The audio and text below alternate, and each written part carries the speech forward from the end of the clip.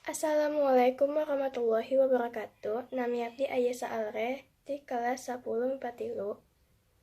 Bade ngabacakeun dongeng Kuda Hade Budi. Aya mau eker mah geus kolot ka tambah gering, ngalongsar handapeun tangkal kai bari gagerungan. Sato-sato nu kungsi menang kanyeri tim manehna ngarumpul ngareng di hareup mau nu keur gagerungan tea. Cek mending sia make gagerungan rek nyambet ka saha. Moal aya nu nyaaheun ka sia mah sato jahat.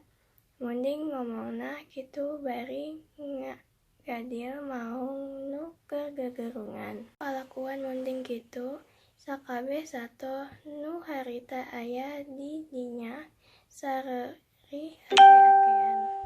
Kabeh sato nu aya di dinya ngaheureugkeun maung nu keur sakarat. Kajaba sakadang kuda. Nampo sato-sato sejen galumbira teh manehna maukul gogodeg.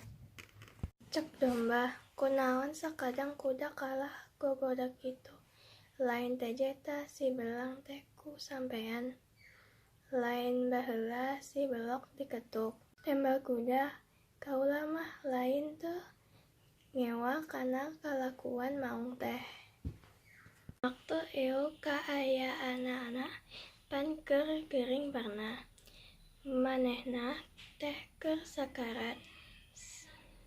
Sakedeung deui oge paeh kuduna mah sato nu keur sakarat teh ulah dihareureukkeun kitu.